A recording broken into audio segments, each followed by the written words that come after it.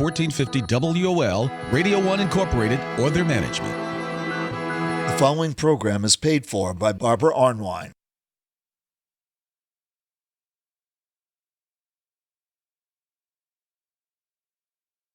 The topics, views, and opinions expressed on the air and via All Igniting Change with Barbara Arnwine, platforms by host Barbara Arnwine Esquire, guests, and supporters are their own and are independent of any organization, entity. Nothing said on the show or any of its platforms constitutes a client-attorney relationship or serves as legal advice counsel. No liability, explicit or implied, shall be extended to Igniting Change, its platforms, or the show's host. It's time now for Igniting Change, a weekly provocative and empowering program where you, the listener, can ignite change. Now here's your host, Barbara Arnwine. Get up, stand up. Good afternoon, everyone. Welcome to Igniting Change. Oh, we are so excited to have this show, yes, on the same day as the historic debate that's happening tonight. Are you ready for this? Have you set up your times to make sure that you're going to watch?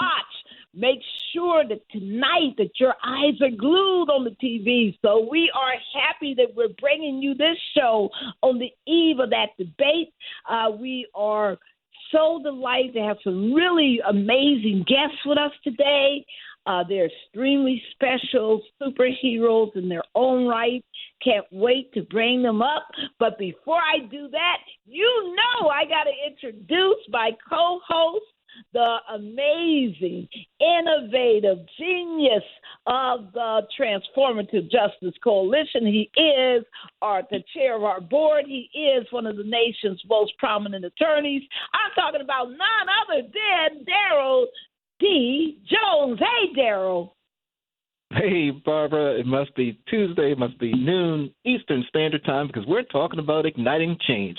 Barbara, let me tell you, I got my popcorn, I have my raisinets, I have my peanuts, and I am ready for tonight's debate. I want to see this go down. You know, how did they say it's going to go down? It's getting ready to go down, and I want to be in the house, in the place, watching it occur. You know, it's interesting, Barbara, because this debate, they're not going to have a live audience. And they're going to be cutting off microphones and everything else for the rules of this debate. So it's going to be an exciting debate. It's going to be probably one of the most watched presidential debates in U.S. history is what I would anticipate. And, you know, but I hear about watch parties all over the country, all over the place, online, in person. My goodness. You know, it's going to be just an incredible thing. But I tell you, you know, we started off or ended last week with really just a horrible condition or tragedy that occurred in Georgia at that school shooting. And, you know, as that story unfolds, Barbara, it just gets sadder and sadder and sadder. And that really segues into our topic and some of our discussion on the show today. Absolutely. And Daryl, you know, the other thing we want everyone to know that we're excited here at Transformative Justice Coalition because we're welcoming 25 amazing young people to be part of our Gen Z and Young Millennial Voting Rights Leadership Training Class of 2024 being held during the time of the Congressional Black Caucus Foundation's annual legislative conference. We are so happy that they're coming. They're amazing young people, and that's why, you know, we are just devastated when we hear about these school shootings because we hate to see, you know, young people terrorized and murdered. We are very much, therefore, happy to, to welcome our class. And our guests today are former trainees. They have attended our program in the past and have been, fortunate to join us and their colleagues. And they've gone on to do some amazing post-training events. These are just, gifted young people. So we're going to talk about gun violence, the need for gun control and how it is spurring young voter registration. People say, why are these young people registering in record numbers? 700% increase in young voter registration. Incredible increases. What, Daryl, in young black women in voter registration? Leading the way, Barbara. The young black women are leading the way. Yes, and over 149% increase in black women, young women voter registration throughout the country. It's just amazing, folks. And women, period, are just leading this with young voters. But one of the issues that they are really concerned about is gun violence. And that's what we want to talk about today, about what do we do. I'm sick of hearing, people and these politicians just putting, just about all they can do is offer prayers and thoughts and prayers. Come on. It's time for real change. So let's talk about how we get there. We have our first guest with us. We are so blessed to have on our show today Konoba Zoe Touray.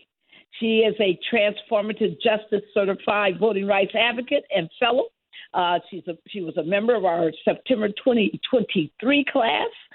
She's also an Oxford High School shooting survivor from the suburbs of Detroit, Michigan. Welcome to Igniting Change, Zoe. Hi, thank you so much for having me. It's nice to hear from you all. Oh, well, we are so delighted that you're able to join us. It was just such a joy when we were in the training with you. We know, that you are an amazing young leader, and we are just so proud that you're here today. Daryl, do you want to introduce Jaheim? Sure. We're also really pleased to have with us a young brother who really has shown his place. He is a certified voting rights advocate and a TJC fellow. He's in the class of 2023. He's an activist, creator, drone photographer. Whoa. U.S. Army, National Guard, combat engineer, journalist, mass communications person, student at the North Carolina State, A&T State University down in North Carolina. But he's also, Barbara, a gun violence survivor, and he's worked with Growing Change, Black Voters Matter, NAACP. He's all over the place. Jaheim McRae. Jaheim, welcome to Igniting Change.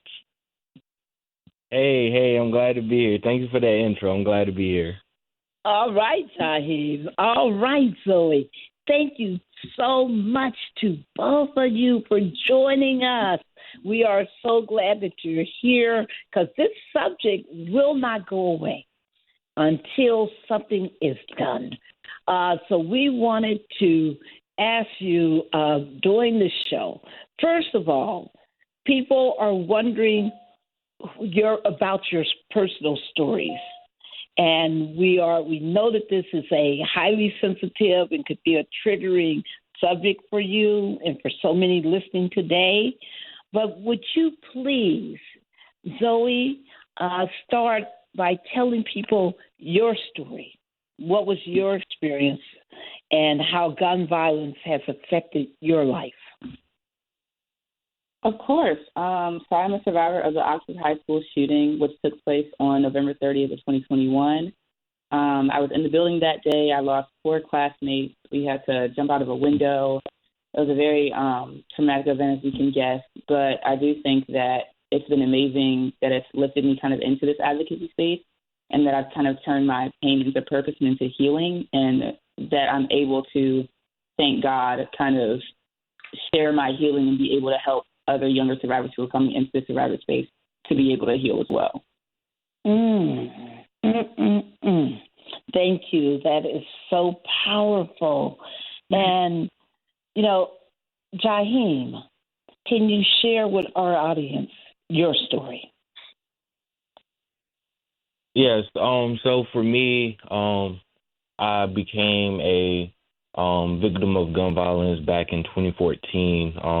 I was in the 8th grade. I had went to a birthday party with one of my close friends, and it was gang-related. I wasn't a part of the gang affiliation, but it was the gang-related shooting. And at the party, there was 3 of us who did get shot. And, you know, glory to God that I'm still here, still standing. And it was ultimately just a eye-opening experience that really gave me a change of mind, a change of heart, and ultimately I use it as the foundation for everything that I do in terms of activism, and that's kind of where that form of activism started for myself. And you know, Zoe, you know, you indicated that you were in Detroit in 2021 when the shooting occurred, and you unfortunately lost 3 classmates.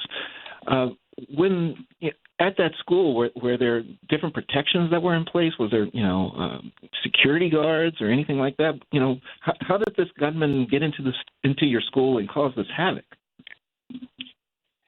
I think that to this day, that's honestly something that we're still, you know, debating about and trying to figure out. We did at the time have security guards, but I think because, as like most of America, until this tragedy occurs at your school, you don't really think too much about it.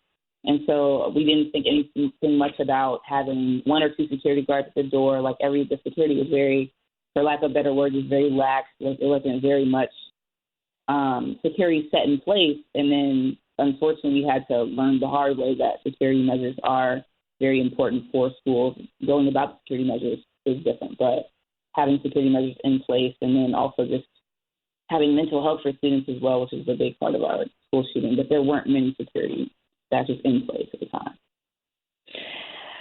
You know, and in the aftermath of the shooting at your school, Zoe, you know, what was done for healing? You know, you mentioned the healing.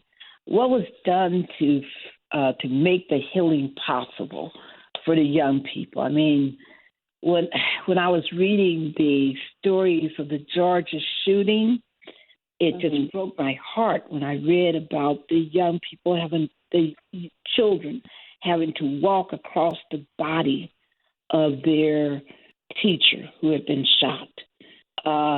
Fortunately, that teacher did live, but just the fact that they had to walk through the blood and by his body, just, you know, you wonder, how do people ever recover from such a traumatizing experience?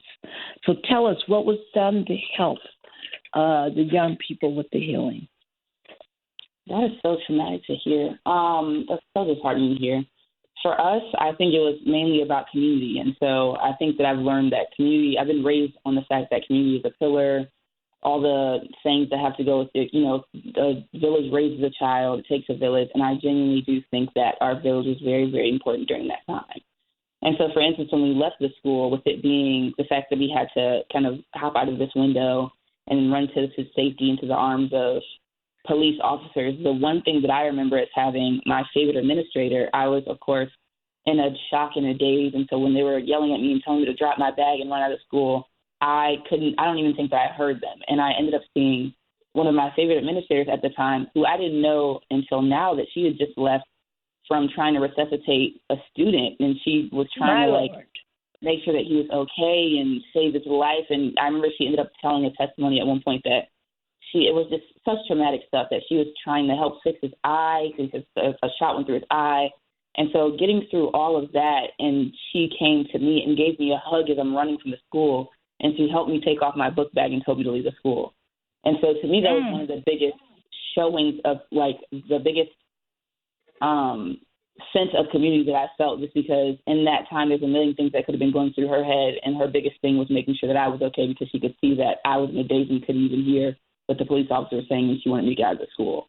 And so in the time that it took for us to heal, we really leaned on our community. We had a bunch of community days where we got together with the students from all the high schools. We got together with the students from middle schools. We had 2 or 3 days after the event where we just kept coming together at the middle school, of course, because the high school was closed, and making sure we had that sense of community and were able to just heal together and talk through our situation. We had a day strictly where we took care of the teachers, because I think a lot of people forget at the time that teachers also went through this. And so they had to realize what was going on in their classrooms at the time. And so making sure we spent that time together healing as a community in Oxford is very, very important in our healing process.